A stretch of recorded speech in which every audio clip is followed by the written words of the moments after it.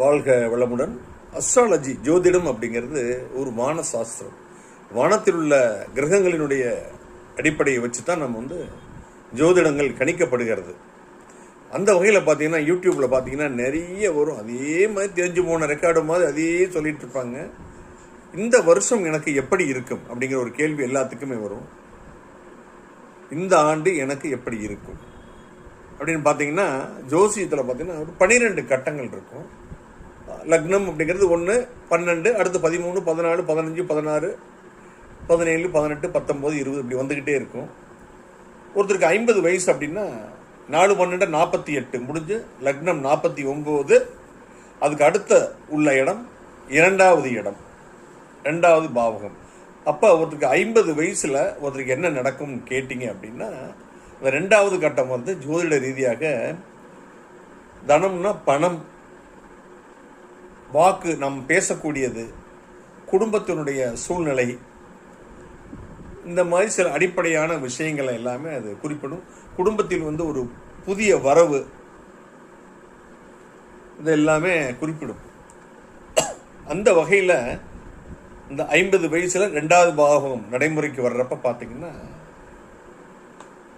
அதில் உங்களுக்கு இந்த ஆண்டு குடும்பத்தில் ஒரு புதிய வரவு ஏற்படும். புதிய வரவு அப்படின்னா பையனுக்கு கல்யாணமாக இருந்தால் கல்யாணமாகலாம், மருமகள் வரலாம், இல்லை அப்படின்னா பேரன் பேத்தி பிறக்கலாம், உங்களுக்கு ஏதோ ஒரு வகையில் இன்கம் வரும். இது எல்லாமே இதுதான் பார்த்தீங்கன்னா முன்தான் சொல்லுவாங்க. இதுவரை இந்த யூடியூப்பில் இது யாருமே சொன்னது கிடையாது. இதெல்லாம் ஏற்கனவே இருக்கு. அதே மாதிரி அந்த 2வது வீட்டில் என்ன பிளானட் இருக்கு, 2வது வீட்டு லார்டு, அதனுடைய அதிபதி யாரு, அவன் எங்கே இருக்கிறார் அப்படின்னு பார்த்து இந்த ஆண்டு என்ன நடக்கும்னு சொல்லலாம். 51 வயசாக இருந்தால் அது பார்த்தீங்கன்னா 3வது பாவகத்தில் நிற்கும். புதிய முயற்சிகள், ஒரு ஷார்ட் டிஸ்டன்ஸ் ட்ராவலிங், ஒரு கம்யூனிகேஷன் சம்பந்தப்பட்ட ஒரு டெவலப்மெண்ட்ஸ் இருக்கும்.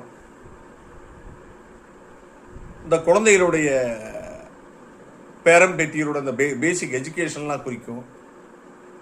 நம்ம செய்யக்கூடிய புதிய முயற்சிகள் நிறைய செய்வோம். இந்த மாதிரி விஷயங்கள்லாம் வரும். இதுவே பார்த்தீங்கன்னா 52வது வயசுனா 4வது பாவகம் செயல்படும்.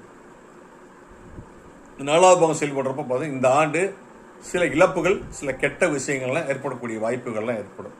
இந்த மாதிரி ஒவ்வொரு வருடமும் எனக்கு என்ன நடக்கும் என்பதை கணக்கீடு